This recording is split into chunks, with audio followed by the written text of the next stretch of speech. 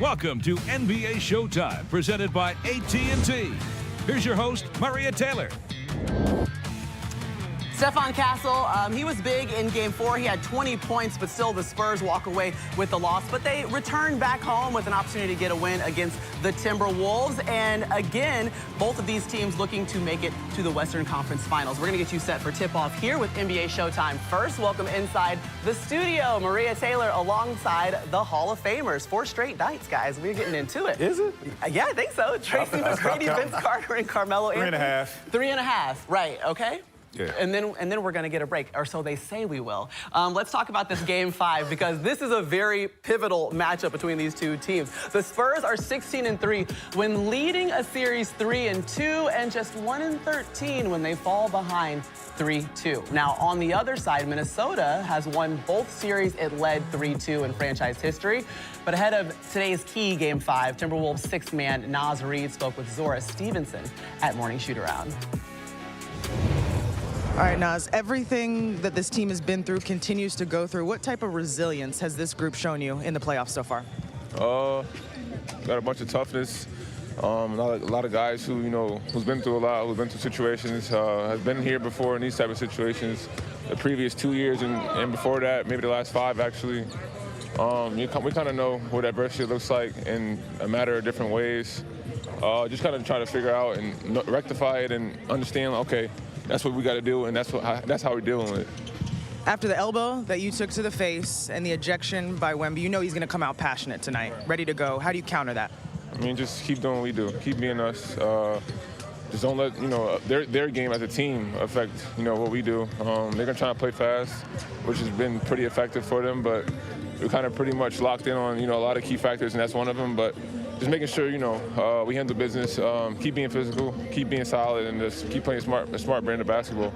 The league decided that there's no further punishment for Wemby besides the ejection. What are your thoughts on that? I'm happy. I mean, I'm happy. I mean, I just want to be able to play full healthy team, get a chance to compete against them and at full capacity and just, make things happen and make things make things in our favor. So, I mean, I don't really mind it. I mean, I don't really care. I just want to hoop, and I'm sure he wants to hoop. And, I mean, that's part of the basketball. It's playoffs. So, I mean, that's something I'm sure we both are, everybody on the team has that same mindset, both teams.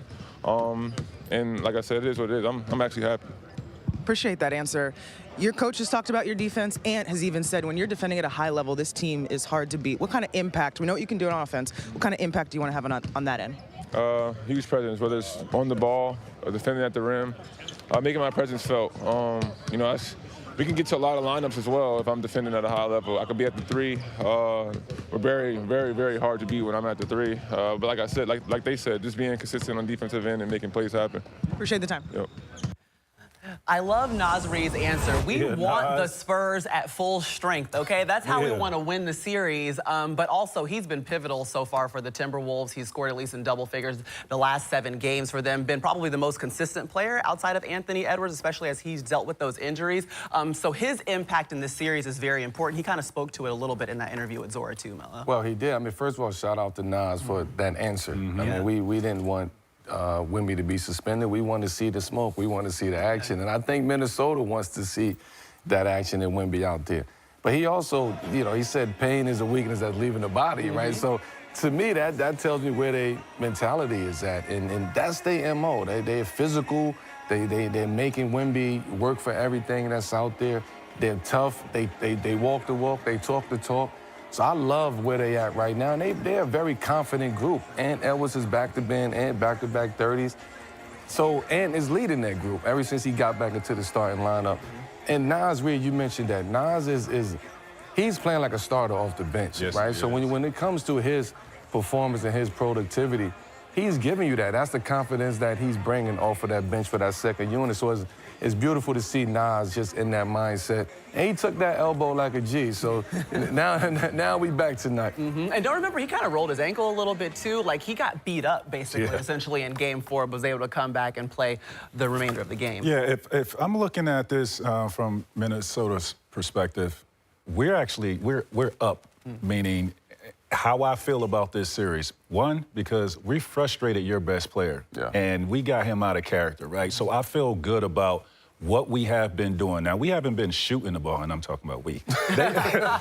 They haven't been shooting the ball in particularly well, but, you know, this is a physical team, right? And the way they play is they beat you up, and hopefully this series prolongs, and they have the strength and the stamina to win a 6 or 7 game series. So that's their mantra. That's what they live by. They've been here, you know, the last 2-3 years. They know what it takes to get to the Western Conference Finals, whereas San Antonio, I'm not saying they're young and experienced. This is a very good team, and they can win a championship this year. But they still learning on the fly. So I like where Minnesota is. I like that they have Wemby frustrated, and let's see how he approaches the game today. That was great analysis. That was great analysis. Whose day is this today? Happy birthday. Oh, thank you. Hey, BC. The best analysis of the day. We wanted to break that down. That was great analysis. Right there. Happy birthday. We're going to let you get out of here without letting the people know. You know? We talking about Minnesota, though? Minnesota. Oh, no. But no, No brownies for you. I'm going to be so nice to him the rest of the night. we had to let the people know. But, you know, I agree with everything you guys are saying. I love Nas's approach. And one thing he said is, like, when he's playing the 3, he's a problem because he has the ability to post up. He has the ability to play fast. And he has a pretty darn good handle to where he can get to what they need. So Minnesota's ability to play different lineups is a matchup problem. The problem is, can they stop that other guy on the other end? And how do you do that? I think tonight, you can't give Wemby the same dose, meaning the same look. You can't give, he needs to see different bodies, from Nas to Rudy to McDaniels. I even throw a smaller guard on there just to throw him off and to continue to frustrate him. Because if Rudy's not on the court, because of frustration, you give yourselves a chance to win. Meanwhile, if you're Wemby and you're coming back into this game, obviously you left with frustration. He's a young player, but he's always been poised, you know what I mean? Absolutely. This is the first time that we've really seen him shaken. So I'm just curious, what's the mentality or the thought process he should have coming into this game? I don't think he was shaking. I think he got caught in the moment. Yeah. And this is playoff basketball. He's inexperienced when it comes to that. He's a young star in this league. But these last 48 hours, I'm sure Wemby just sat there and watched his elbow for 48 hours straight, right? And also, we talking about a young player who was so much poised. The fact that Pop got to meet him at the airport, like Popovich meeting him, like coming to talk to him, don't worry about it, this is what you got to do, you shouldn't have did this, but hey, this is how we move forward. To me, it's the support system that he have around him. And he's also smart enough to know, okay, I messed up, I made this move. But y'all not going to punk me either. Right. So I put myself on the line and let you guys know that you're not going to punk me. I know how you guys want to play. But now let's play basketball because the elbow is out the way. Those are like the highs and lows that we've seen from Wemby so far in this playoffs, too. I mean, he's dealt with a little bit of everything, VC, the concussion. I mean, 39-point game to being ejected in a game. He's seen it all. He's getting a front row view of what it's like to be a superstar in the league and a superstar for your team. That's what happens. The defenses are predicated on frustrating you, finding ways to either get you out of the game, off the floor, or somewhat out of the series. So he has, you know, the regular season is one way you can play your way through it, but when you come to playoff series and you move round to round, it gets tougher, and the defenses play more physical because they feel like, what advantage? You have all of the advantages. What advantage do we have? We have to play physical with you to get you out of your game. I'm just looking for a Game 3 type performance from Wemby. He has it on his mind, and I trust. For sure. Okay. From the That's what beginning. I'm looking for. From the beginning. So a 39-point, 15-rebound, 5-block game from Wemby. All right, we'll turn our attention back to tonight's game shortly, but first we have to pause on what has become a very sad day in the NBA. Game 4 at Philadelphia on Sunday, New York set a franchise record for points in a playoff game and tied the NBA record for most three-pointers in a playoff game with 25. And by the way, after falling behind 2-1 in the first round to Atlanta, the Knicks have found their groove, and it really looks good. They've rolled through 3 straight wins over the Hawks and then took a quick 3-0 lead on the 76ers. And by the way, in Game 4 in Philly on Mother's Day, New York took care of business to secure a 7th straight win and a 2nd straight trip to the conference finals. Bunch right here, Bunchy. Come on, please. My first game. Bunch right here. Let's drop 50, man. Thank you. The last time the Knicks played a closeout game, on the road was against the Atlanta Hawks. They had almost 100 points in the first half. Can they replicate that?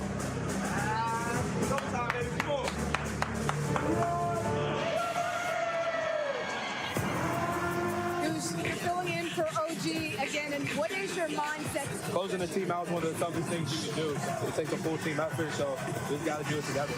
Towns, he's been the facilitator. He has turned into an excellent playmaker. McBride, corner three, nails it. Double team on Embiid, turns it over. Knicks looking to push it every opportunity. Right wing McBride, sidestep. He checked three over George. Hits again! Deuce McBride cannot miss right now. He hasn't hit the ring yet. A Deuce can't start already. Oozing on for the Crowder for Jalen Brunson. Crossing over Barlow, left wing inside. Reverse, he's got it. Sweet move from Jalen Brunson. It got stolen by McBride, and then Brunson parries a far corner three. It's a Knicks avalanche from downtown. 29-point lead. A sweep completed here in Philadelphia. The second consecutive season, the Knicks are on their way to the Eastern Conference Finals. 25 made threes that tied an NBA playoff record. Just what was the key? Everything started with the defensive side of the ball. One quarter at a time, one possession at a time. Just go out there and playing for each other. And that is how the Knicks secured their spot in the conference finals on Sunday. And remember, the Thunder, they joined them by sweeping the Lakers last night. The other two series are 2-2. We'll see Game 5 of the Timberwolves and Spurs at the top of the hour. And the Cavs and Pistons, they're all tied up. The home team won each of the first 4 games in that series. And that was the game that we had on our air just yesterday. It's almost becoming a blur at this point. Like, which game was on? That game was on. It was a lot of games. But one thing we will not forget is what Donovan Mitchell was able to do in the second half, scoring 39 points. We saw the Cleveland Cavaliers go on a 22-zip run coming out of the locker room, and that completely changed the game. And ultimately, the home team has won. VC, that's been the thing. But now you got to go back to Detroit. Talk to me about how Cleveland can bottle up whatever they're manufacturing at home and take it on the road. I think first and foremost, it has to be the hit-first mentality. And it's, once again, led by their stars. You can't go into Detroit and allow their fans to dictate and take over the arena, which gives, obviously, the home team that energy. James Harden, Donovan Mitchell needs to be the catalyst. I mean, James, to me, I think this is that game where you allow Donovan to continue to go. But James, you get into the paint, just like you've been doing, get your big fella going. I think Evan Mobley, this is an Evan Mobley game. This is a big game for him. You know, you're still going to need James to play the way he's been playing. You need Donovan Mitchell to play the way he's been playing. But they need Evan Mobley. That game he had, it needs to travel. And I think if they do that, they give themselves a chance to win on the road. And one thing we've seen from James Harden, he's cleared up the turnovers, the assists, the things that you guys have been asking him for. That has certainly been what we've seen while they've been at home over the course of the last 2 games. Well, I mean, James said he don't listen to the noise. He said, what chatter? He knows. Looks like it. He knows he's been turning the ball over, man. And it's hard not to put yourself in that situation and look back and say, this is where I need to fix this. But I do believe James have to continue to be aggressive. He was very aggressive in the last game. And also Donovan Mitchell. Like, you can't go 0-4, whatever you did, and put that much pressure on yourself to score 39 or something. 0-for-6 to start the game. You cannot, thank you for that. You cannot have that mentality. You're on the road now. You got to go. You got to come out and assert yourself from the beginning. So on the road, turnovers got to be low. Not giving up offensive rebounds and second chance points. You got to win those battles.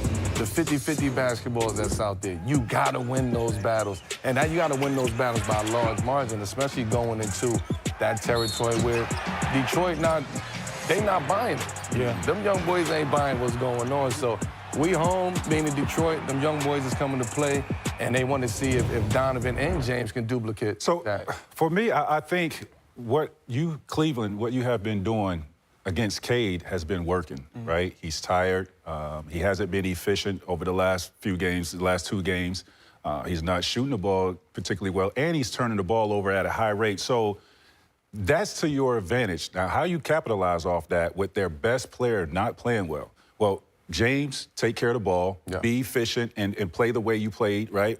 And Donovan Mitchell, treat this game like you treated it coming into game 4, game 3, right? I know you had a bad first half, but the way you played that second half, that's the effort that you're going to need to win on Detroit's floor. I remember, when we played Detroit back in 2003, and I didn't have the talent that they have on their team, but I wanted to take it upon myself, on my team, that, look, I'm going to set this tone when we go in here and play game 1. I'm going to set the tone and see how we can react to that, right? So we ended up winning game 1, lost the series. But my point is, my team rallied behind me, for the next few games. And in that game, I felt like I had to be Superman. Regardless of what my guys, I had to be Superman in that game. So Donovan Mitchell, he should approach the game that way. By the way, we never got to it on our show, but Grant Hill brought it up during the game about you had going off and a half against the Bucks, and what did you looked at him and said, what? What'd you say? I just told him a little reference about my favorite, one of my favorite players growing up, MJ, what he used to do in some quarters or some halves, and I felt like channeling that at that moment. Being a, you called the shot? As you said, a young I'm going to go do that? Yeah, I told him I was going to do it. And then what'd you do? I ended up going out and putting on a great effort. Not even trying to be modest. T-Mac, don't be like that. Modest T-Mac? Right, is a new person. I've never met him. I don't. Wembanyama, just 22 years old in his 3rd season. He's coming off his first ever career ejection in Game 4, but ready to go to battle today. And guess what? The Cousins, they're at the big board taking a look at the Defensive Player of the Year's impact. Thanks, Maria. All right, guys, we at the big board, and we're going to break down a play. We're going to break down Wemby's impact for plays on the defensive side, leading to the great offense. And right here, you just watch Wemby's action, his communication, pointing, making sure everybody's in position. Look at that activity from Wemby on the defensive side. And here, he's in the drop coverage, making sure Conley cannot turn the corner. Now he gets back in position, and it's one-on-one with Rudy right here. Cuz, what you see? And like you said, being that he's able to stop the ball, still get back in front of his guy, you see weak side guy, Castle, can stay home. Vassell can stay home. Fox can stay home. You do not give up the three-point shot because of Wemby's ability to get back, and they do not have to help, knowing Rudy Gobert in this instance is going to have to try to score on a great shot blocker and defender in Wemby. Guys, watch this smart play by Wemby. He's going to allow Gobert to get by him. Why? Because he doesn't want to pick up a foul, and he knows he can meet him at the rim, and he does exactly that. What this does now, he gets the rebound, gets the ball up ahead, very smart play. Moving the ball around the perimeter, the defense is rotating, and he finds a wide-open Champagnie. When they plan this speed right here, this style of basketball, it is tough to guard. Maria, Cousins on the big board. Back to you. They got him out the sandbox to the big board. Good job, guys. All right, Jay Croucher, he is back for today's Star Player Parlay from DraftKings Sportsbook. Give us your picks, Jay. Yeah, I'm going to stay on the theme of Wemby and take Wemby to have at least 4 blocks tonight. Wemby, in the past 5 games where he didn't get ejected, he is averaging 6.4 blocks per game, which is obviously completely ridiculous. Expect he's going to be fairly motivated tonight after what went down in Game 4. Wemby kind of plays defense like a do-it-all free safety, a Kyle Hamilton type, which is handy because he's about to go up against the best wide receiver in the NBA, which is, of course, Ayo Dosunmu. I'm going to take Ayo to score 12-plus points tonight. Ayo has been catching the ball better than he's been shooting it in this series. He's shooting just 25% from the floor. I'm going to bank on that to regress as he ramps up from his calf injury. And then third and final leg, 2 words, Naz Reid. Storylines, and those 3 guys were there to call it. Mike Tirico, Jamal Crawford, and Reggie Miller. Welcome back, guys. Great to hear from you and hear what you guys are thinking about going into Game 5. Thank you, Marie. Do you want us to sing happy birthday now, or you want us to wait? Later. You can do it later. It's fine. Okay, we'll wait.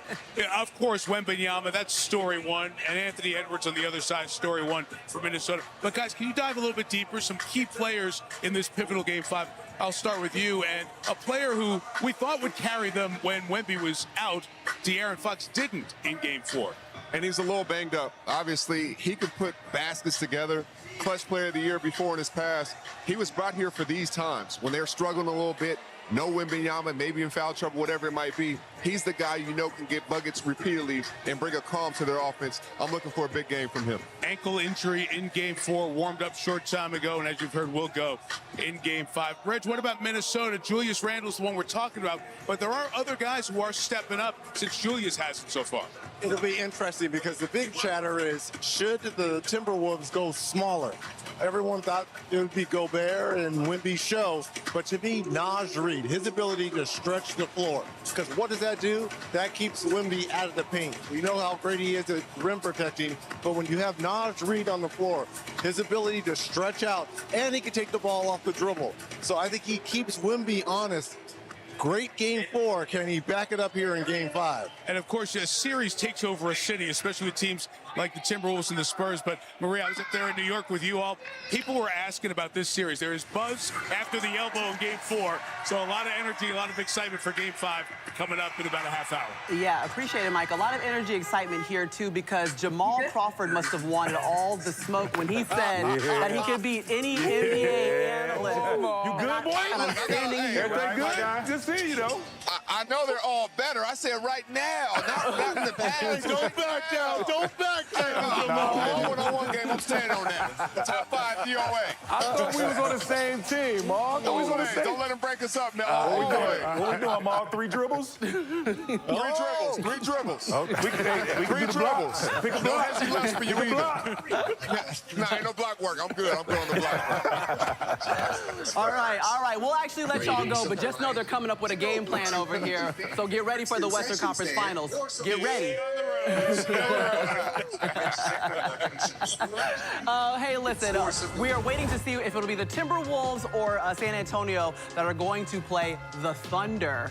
They've already pulled off the sweep against the Lakers. They have now won 8 straight games. As you can take a look there, it's been more than impressive. And LeBron James, after his season officially ended with that sweep to OKC, here's what he had to say about his career. LeBron, you've spoken to us about retirement more than at any other point in your career as this season played out. What do you feel like's left for you in the NBA? Well, I think you guys asked me about it, and I've answered questions. Yeah, I don't think I've come out and like, oh, retirement is coming. So, I mean, what my future, I don't know, obviously. I mean, obviously we're still fresh from, obviously losing, and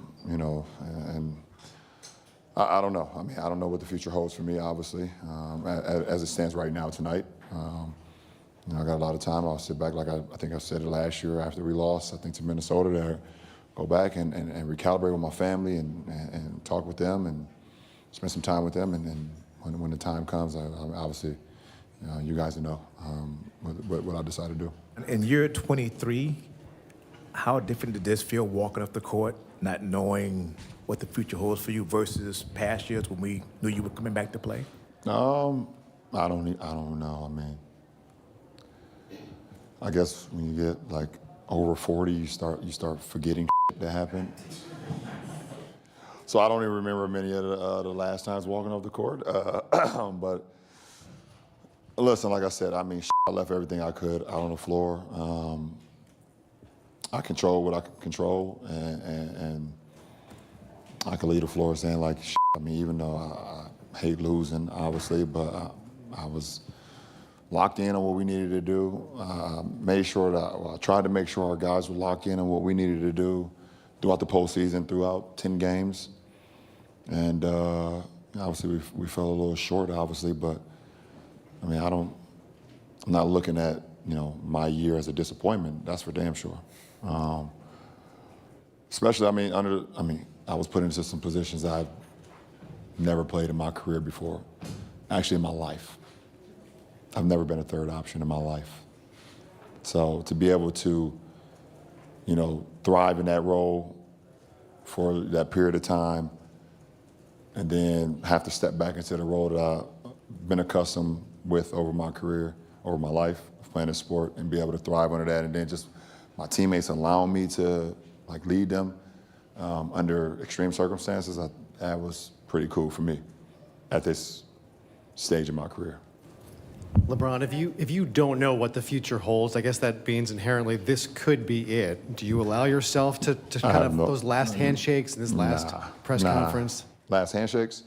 Nah, I don't know, because I have no idea. I mean, none of us in here know what the future holds.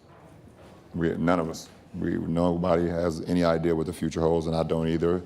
Like I said, I'll take time to recalibrate and look over the season and see what's best for my future. And when I get to that point, everyone will know. Hey, Bron. You could play at this level for another 5 years or so if you wanted. When you reflect mentally and spiritually on whether you want to keep going, what's the decision process going to be like for you behind closed doors? I don't know. I think for me, it's about the process. Like, you know, if I can commit to still being in love with the process of showing up to the arena 5.5 hours before a game to start preparing for a game, you know, giving everything I got, diving for loose balls and, you know, doing everything that you know that it takes to go out and play, and, you know, showing up to practices, you know, 11 o'clock practice, I'm there at 8 o'clock, preparing my body, preparing my mind, preparing to practice, to put the work in, and, you know, so I think for me, I've always been in love with the process and not the, you know, the aftermath of like, okay, well, we won that game, or we won a championship, or I've always enjoyed the process and more than the outcome, you know, so I think that would be a big factor. And then also, you know, have a conversation with my 12-year-old daughter. You know, that's a big factor. And my 19-year-old son is entering his second year at Arizona, you know, and my wife as well. So they're a huge factor in any decision I've made. So they'll be a big part of it as well. I know, say so. It's incredibly interesting to hear like a little bit of an introspective LeBron James at the end of this season. 23 seasons in, we saw all the accolades kind of running alongside him while he was talking there at the podium. And you guys have all been in the position where you're just trying to figure out where the ending of the career is going to be, what's the period going to be at the end of the sentence when it comes to my career. You did it for the longest, Vince. I just want to start with you. So when you hear what LeBron is saying and kind of thinking through, can you help us understand, maybe decode what he's going through right now? Do you want to go through the entire process? And I don't think it's anything but the summertime first. You go through the summer, and are you still in workout preparation mode, or are you in chill mode? And when you're in chill mode, can you get that engine going again? Can you find the fire again? That's the thing. And from there, you go through all of the processes that you go through. And I mean, year 22, I hit it, and I hit that, and I was like, I think I want to do it, but I'm not sure. And each day, it mentally got tougher and tougher to prepare, or to get into the weight room, or to go shoot, or go do these things. And finally, you kind of let it go. For him, he's in a situation where it's like, he doesn't need, nothing to accomplish, nothing to prove. You just go out there and play for the love. That's why I was still playing it, because I loved it. You know, I think that's why we all continue to do it, because we love the game. When you don't love it, and you don't want to go through everything that comes with it, it's tough. That's when you kind of take a step back. Away from it. You know, so I think that's when he said he's processing it. He's processing everything that's going to be said from family.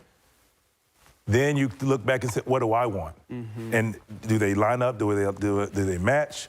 Does it feel right? And you go from there. So I think he's going to take a little time. Yeah, he's played the last 8 seasons with the Lakers. He just mentioned, too, that, you know, I've never been third fiddle to anything in life, ever. And so, like, his role is continuing to evolve, too, towards the end of his career. And that's something that's challenging to deal with and accept, but it's a part of the process, right, Melo? Trust me, I've dealt with it. And I wasn't 22. I was 19 years, but I've dealt with the changing of the mindset, right? The game is still there. The skill set would always be there. The way you prepare for the game would always be there. But once they want your role to change, then you got to shift your mindset. And are you willing to shift your mindset and accept whatever that role is? And I think for him, he went through that phase of like, man, I ain't never been third fiddle to nobody. Like, this is what I do. I've been doing it for 22, 23 years. But I got to do this for what's right for the team. And to have that perspective on just the game of basketball with that experience, it allows him to go out there and be the third option on the Laker team and allowing Luka and Austin to lead that team and to lead that organization. Oh, now Austin is out. Oh, Luka is out. Oh, y'all want me to put the cape back on? No problem. I've been doing that because of my preparation in the game that I've been staying the course for 22, 23 years. So it doesn't change right now. That's why it's going to be so hard for Bron to walk away, right? He's still in control of like what he could do on the basketball court, whereas, you know, some of us, it's taken away from us. Yeah, right? Absolutely. So the fact that he hasn't really dealt with any injuries to take him out of a season or seasons, and he's able to still play at this level, and he still loves the process, right? It's the process is the tough. right? It's tough, right? So if he still loves that, and the way he played this year, Luka is young, wasn't in the playoffs, right? It's a lot of young guys, wasn't in the playoffs. KD is not young, but there's a lot of, and Austin Reeves, his teammate, missed some time in the playoffs. And this guy's 41 years old and the most durable player in the league. So if he still loves it, if he still can wake up when that time is right, come back for another season. Okay, he's an unrestricted free agent this offseason. What do you guys want to see happen? What would you like to see? I honestly would love to see him go back to Cleveland. Yeah? Yeah. That would be a nice, you know, welcome back home and a nice send him off the right way. You want something nostalgic. Yeah. It's tough for me to pick because I've been in the position to where people love to see you come back, but I'm like, whatever he chooses to do, it's the right decision. We're always going to feel like it's the wrong decision, regardless. You know, if he comes back, for what? And if he doesn't, why not? Why not? So I'm in support. Way, I'm cool either way because we on this side of it now, and we also understand that there's a lot of life on this side of the game of basketball, right? So, you know, you start putting things in perspective. Do I want to do this again? Shoot around and travel and miss being away from my kids? He said one important thing. I got to talk to my daughter. Like that's going to do it. That's the one. That's the one that's going to make the actual decision. So to answer your question, I'm not going to put him in no jersey, no team. He's going to take his time, go vacay and travel the world and go to volleyball games. We'd love to see it. You know the beautiful thing for him, though? LeBron James is able to walk away from this game on his own accord if he chooses to. Absolutely. And everybody does not get that opportunity, like you said, because there's some guys who still love it who could not, and then there's the ones who are forced out. LeBron is, when he's ready to walk away and he's tired of it, he's welcome to do it. Yeah. That's amazing. You did it too, though, champ. No, that's what I'm saying. There's a lot of guys in the league who can made get it. 3 examples. One guy that did it, one guy that was forced out. We got it all. Right here on NBA Showtime, whatever you need. Okay? Every single perspective. And scoring opportunities are how you can find those different ways of scoring. And we talked about it the last game. It's like, you have to do something different. Don't get him a steady diet of what you've been doing the last 3 or 4 games. Mix it up, right? And that's getting out in the transition and running and positioning yourselves, right? They haven't seen that from you. So hopefully, you know, as we're talking up here, like we thinking these guys are listening to us, that is some advice that I think can help him I and his think they team. are. They might be sitting somewhere because sometimes you guys say things that we see happen in the game. But listen, it's a completely different game when Wemby is there. For Julius Randle to be effective, he would have to do what in this game? Well, we don't know what Julius is going to show up today. Like, you know, in order for him to be effective, we need the Julius Randles who was Robin to Ant-Man. And if he shows up with that aggressiveness, I'm not saying make every shot and shoot every shot, but his aggressiveness and the mindset that it takes to go up in this arena up against a angry Wemby, you know, who's mad about the ejection. I want to see Julius Randle put his imprint on this basketball game. To T-Mac's point, how do you get yourself going? How do you get out of having 2, 3, 12-point games in a row? You get out in transition. You run the court. You got to work extra hard to get out of whatever that mindset is. So I want to see him run the lanes, get some early duck-ins. When Wemby is guarding somebody else, I want to see you get some early duck-ins in the early offense. I was going to say, Head just shaking. I was like, that's what I was going to say, because that's one thing we kind of yelled at the TV, the screen last time. Is like, okay, if the shot is not going on, got it. Oh, my God. Y'all got it. Thank you, God. nice. Oh my God, look, thanks, Edwin. It's a party. It's a party. This is a real question. Are y'all sick of me? Like, May, y'all feel like it's like Mother's Day, it's a birthday. That's a lot, T-Mac. No, that's good. That's a lot of taking your shine. Happy birthday. No, it's yours. Happy birthday. Maria's month, you know? It's Maria's month. And y'all are just living in it. We just here. Hey, make sure y'all give me a candle. Y'all gonna sing during halftime? Come on, Jules. Yeah, we'll do the halftime. Show us tonight. We got a surprise for you. You do? Another one? Yeah, we coming on. Somebody coming out. Okay.